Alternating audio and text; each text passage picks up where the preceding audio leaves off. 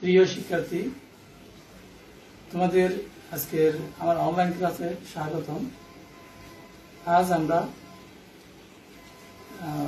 যে বিষয়টি আলোচনা করব, যে বিষয়টি শিখব সেটা হলো টেন্স, যেটিকে বলা হয় ইংরেজি গ্রামারের সিঁড়ি।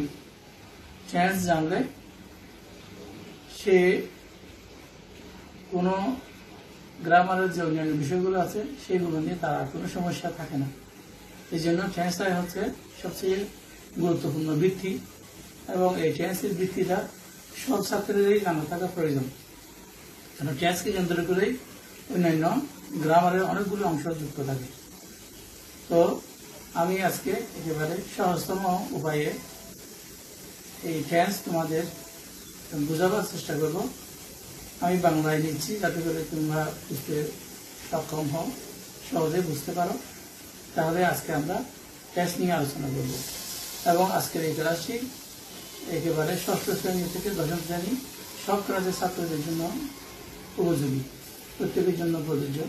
দেখো, টেন্স, এই টেন্সের বাংলা হচ্ছে কাল অথবা সময়। টেন্স শব্দটি ল্যাটিন শব্দ টেম্পাস থেকে এসেছে, এবং টেম্পাসের অর্থ হল টাইম। টেন্স আমরা সবাই জানি তিন প্রকার: প্রেজেন্ট টেন্স, পাস্ট টেন্স এবং ফিউচার টেন্স। প্রেজেন্ট টেন্স মানে বর্তমানকাল, পাস্ট টেন্স অতীতকাল, এবং ফিউচার টেন্স মানে হচ্ছে ভবিষ্যৎকাল। আবার এই তিনটা টেন্সেরই প্রত্যেকটির চারটা করে ফর্ম আছে।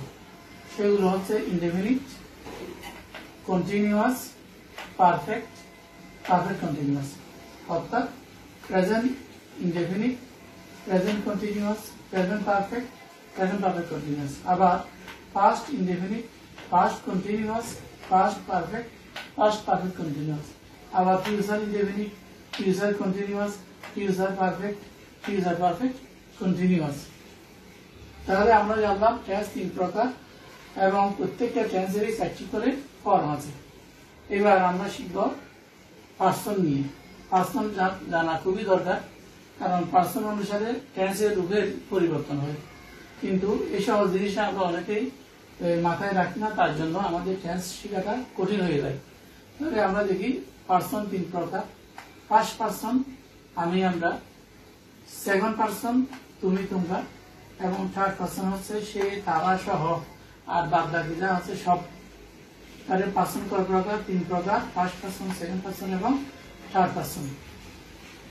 এবার আমরা শিখব যে প্রেজেন্ট টেন্স যদি আমরা প্রথমে ধরি, তাহলে প্রেজেন্ট টেন্সের যত রকমের কথাবার্তা বলা হয় সবগুলো কিন্তু সব ক্রিয়াগুলির তিনটা রূপ আছে। প্রেজেন্ট টেন্সের ক্রিয়াগুলির কয়টা রূপ আছে? তিনটা রূপ আছে। যেমন আমি এখানে লিখেছি, দেখো যে প্রেজেন্ট ইনডেফিনিট টেন্স যদি হয়, লিখি, ফার্স্ট পার্সন হলে লিখি, সেকেন্ড পার্সন হলে রূপটা হবে লিখো, এবং থার্ড পার্সনের রূপ হবে লিখে। আর যদি কন্টিনিউয়াস টেন্স হয়, তাহলে ফার্স্ট পার্সনে হবে যে লিখছি, সেকেন্ড পার্সনে লিখছো, এবং থার্ড পার্সনে হবে যে লিখছে। যদি প্রেজেন্ট পারফেক্ট টেন্স হয়, তাহলে ক্রিয়া রূপ হবে ফার্স্ট পার্সনে লিখেছি, সেকেন্ড পার্সনে লিখেছ, এবং থার্ড পার্সনে লিখেছে। যদি প্রেজেন্ট পারফেক্ট কন্টিনিউয়াস হয়, তাহলে এটা কন্টিনিউয়াস এবং কন্টিনিউয়াস ক্রিয়াটা মিল থাকবে, শুধু এখানে পার্থক্য হবে ব্যাপক সময় উল্লেখ থাকবে। তাহলে present perfect continuous, present perfect কন্টিনিউয়াসের ফার্স্ট পার্সন হলে লিখছি প্লাস ব্যাপক সময় উল্লেখ থাকবে, সেকেন্ড পার্সন হলে লিখছো প্লাস ব্যাপক সময় উল্লেখ থাকবে, এবং থার্ড পার্সন হলে লিখছো প্লাস লিখছে প্লাস ব্যাপক সময় উল্লেখ থাকবে। তাহলে প্রতিটি ক্রিয়া, আমরা যতগুলি ক্রিয়া আছে একেবারে সবগুলো ক্রিয়া কিন্তু তিনটা রূপের ভিতরে সীমাবদ্ধ। এইভাবে আমরা অন্যান্য ক্রিয়াও এখানে মেলাতে পারি। যেমন আমরা যদি বলি যে খেলা করা, খেলা করা একটা ক্রিয়া, তাহলে ফার্স্ট পার্সন যদি ধরি, এই যে খেলি, খেল, খেলছে। তারপরে খেলছি, খেলছ, খেলছে। তারপরে খেলেছি, খেলেছ, খেলেছে। তারপরে খেলছি ব্যাপক সময়, খেলছ ব্যাপক সময়, খেলেছে ব্যাপক সময়।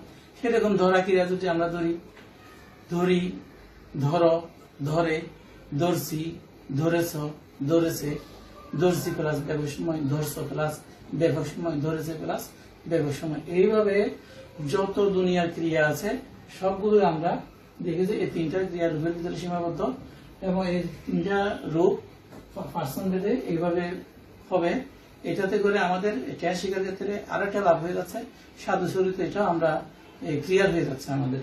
অর্থাৎ চলিত ভাষায় রূপগুলি কিরকম হচ্ছে পার্সন ভেদে সেটাও আমরা এখানে দেখতে পাচ্ছি।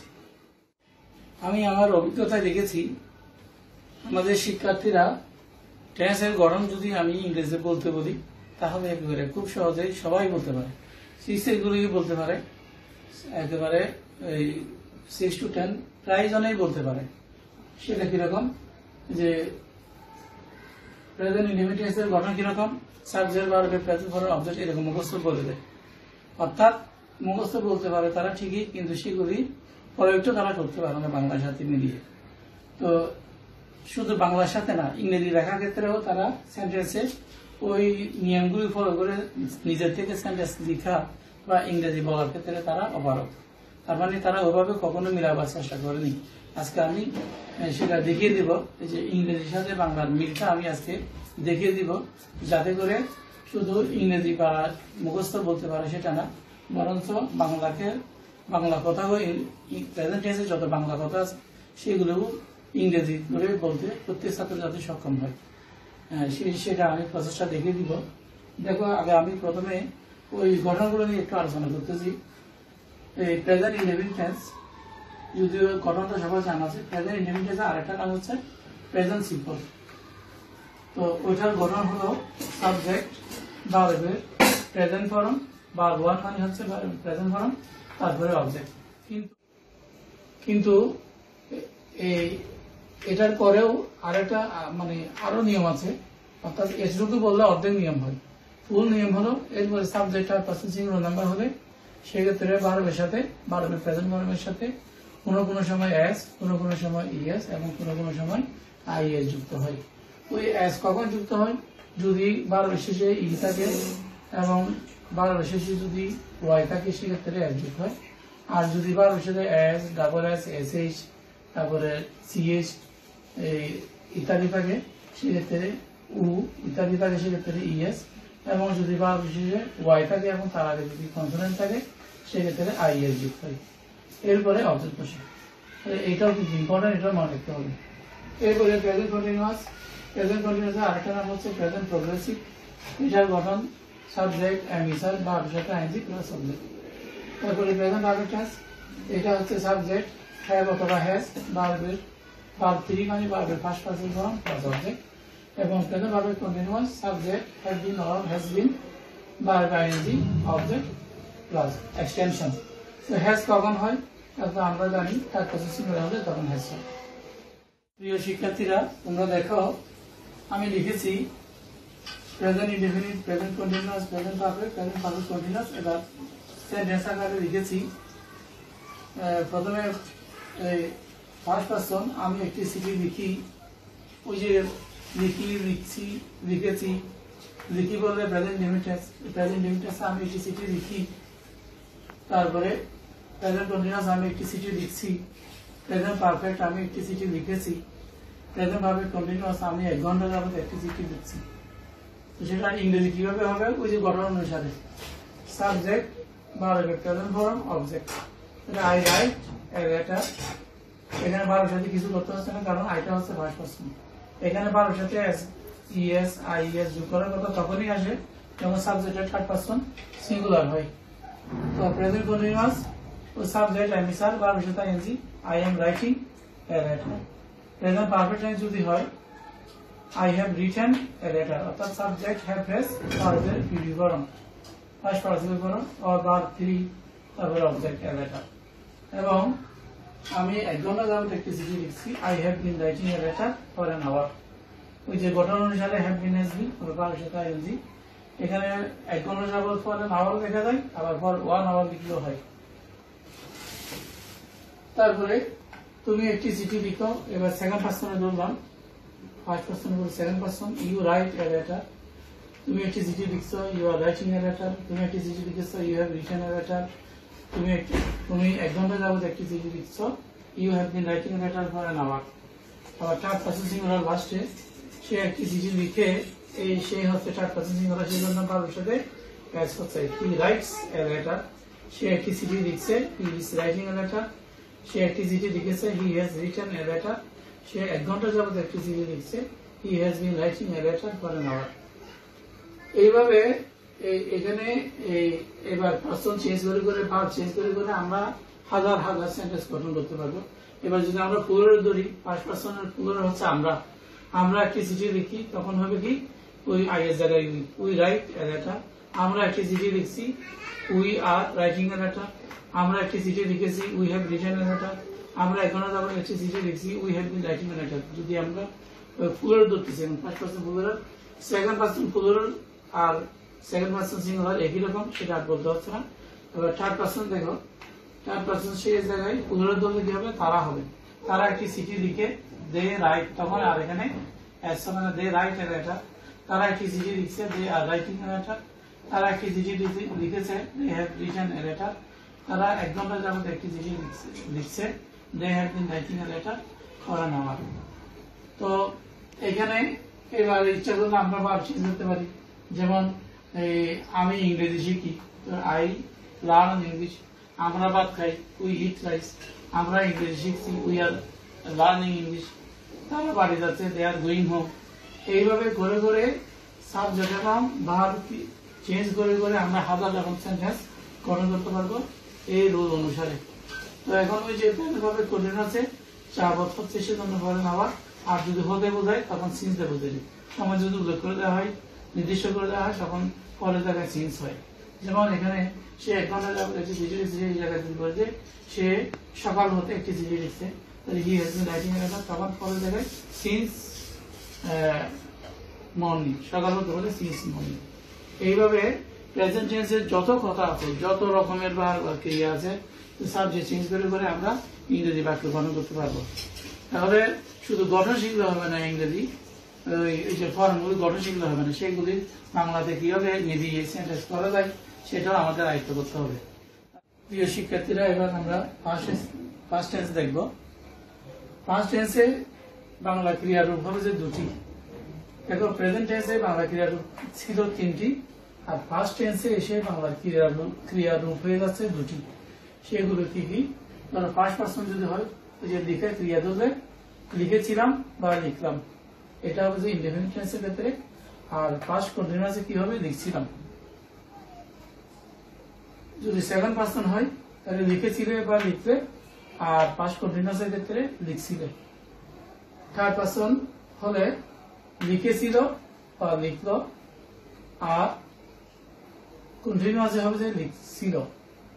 তাহলে লিখেছিলাম, লিখেছিলে, লিখেছিল, বা লিখলাম, লিখলে, লিখলো। আর এদিকে কন্টিনিউয়াসে লিখছিলাম, লিখছিলে, লিখছিল। তো অনুরূপভাবে অন্যান্য ক্রিয়া যদি আমরা ধরি, যদি খাওয়া ক্রিয়া ধরি, তাহলে আমরা খেয়েছিলাম, আমরা খাচ্ছিলাম। তোমরা খেয়েছিলে, তোমরা খাচ্ছিলে। তারা খেয়েছিল, তারা খাচ্ছিল। তারপরে এই যদি সে দিয়ে বলি, সে বাড়ি গেল, সে বাড়ি যাচ্ছিল। সে তারপরে যে কোনো ক্রিয়া, যে কোনো পার্সন করে আমরা বলতে পারবো। করিম ঘুড়ি উড়িয়েছিল, একটি ঘুড়ি উড়িয়েছিল। করিম একটি ঘুড়ি উড়াচ্ছিল। মা ভাত রান্না করেছিল, মা ভাত রান্না করছিল। এইভাবে করে করে, অর্থাৎ 2টা ক্রিয়ারূপ শুধু আমরা দেখতে পাবো, একটা ইনডেফিনিট টেন্সে আর একটা কন্টিনিউয়াস টেন্সে। তাহলে এবার প্রশ্ন লাগে, যদি ফার্স্ট পারফেক্ট টেন্স হয় সেক্ষেত্রে কি হবে? ফার্স্ট পারফেক্ট টেন্সের ক্ষেত্রে ক্রিয়ারূপ ফার্স্ট ইনডেফিনিট টেন্সের মতো মিল থাকবে, শুধু এখানে 2টা কাজ যুক্ত হবে। যদি ফার্স্ট পারফেক্ট টেন্স হয় সেখানে 2টা ক্রিয়া যুক্ত হবে, 2টা কাজ যুক্ত হবে। এটা দিয়ে আমরা ধরে ফেলতে পারবো ফার্স্ট ইনডেফিনিট টেন্সের একটা কাজ থাকবে, আর ফার্স্ট পারফেক্ট টেন্স হলে 2টা কাজ থাকবে। আর ফার্স্ট পারফেক্ট কন্টিনিউয়াসে ওই যে পাস্ট কন্টিনিউয়াসের মতো লিখছিলাম, লিখছিলে, লিখছিল, এগুলির সাথে বেশিরভাগ সময়টা উল্লেখ থাকবে। তাহলে আমরা খুব সহজেই ধরতে পারবো পাস্ট টেন্স। যত রকমের ক্রিয়া আছে, যত রকমের পাস্ট টেন্সের বাংলা আছে, সব আমরা ইংরেজি প্রকাশ করতে পারবো ইনশাআল্লাহ।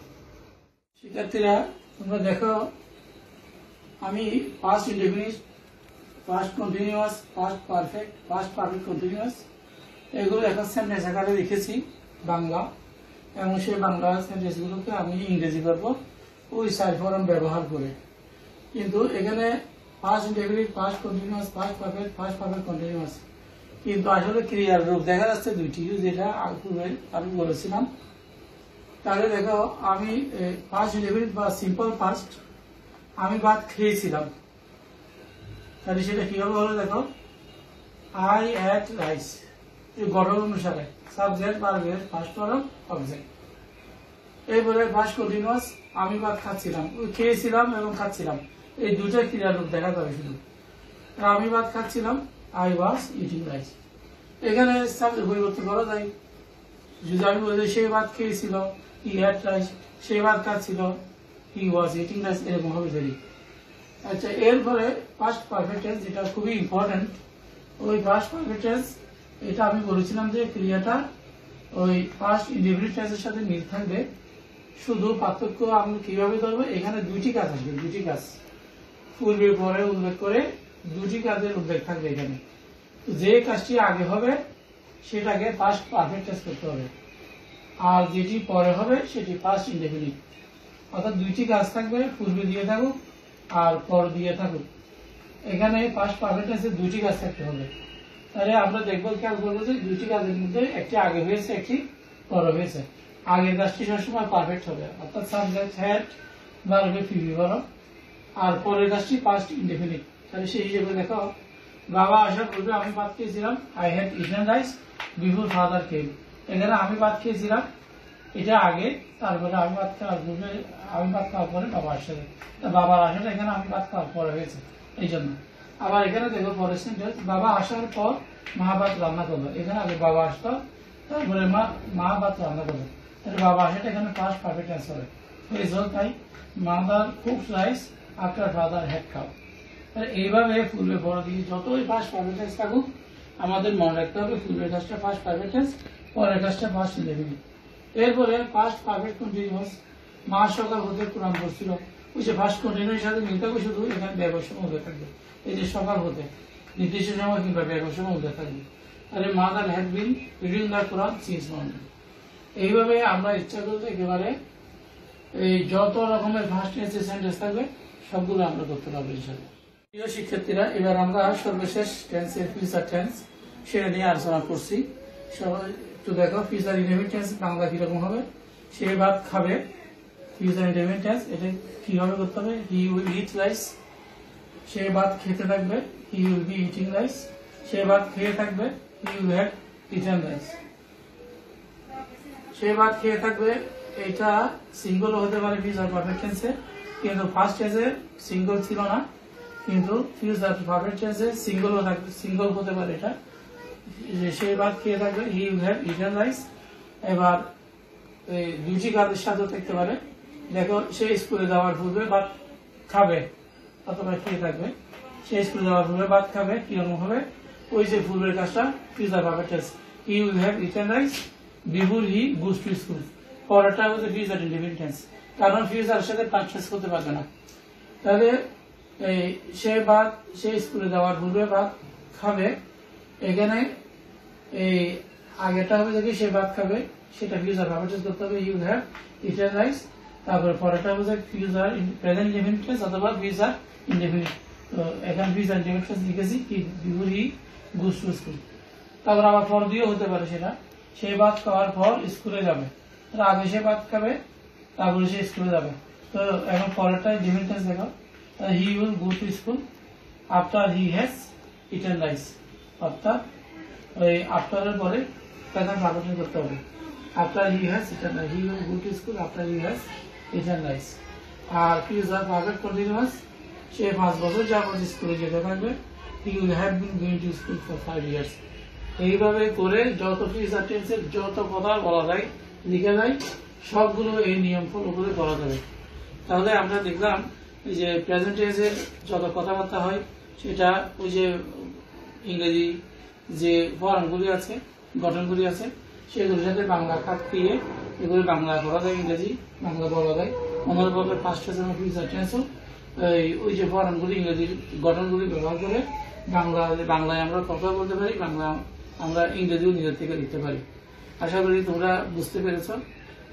তোমাদের যদি কোনো উপকার হয়, তোমরা যদি বুঝতে পারো, তোমরা একটু প্র্যাকটিস করিও, তাহলে এই আজকে ক্লাসটা সার্থক হবে আমি মনে করি। তোমাদের সবাইকে ধন্যবাদ।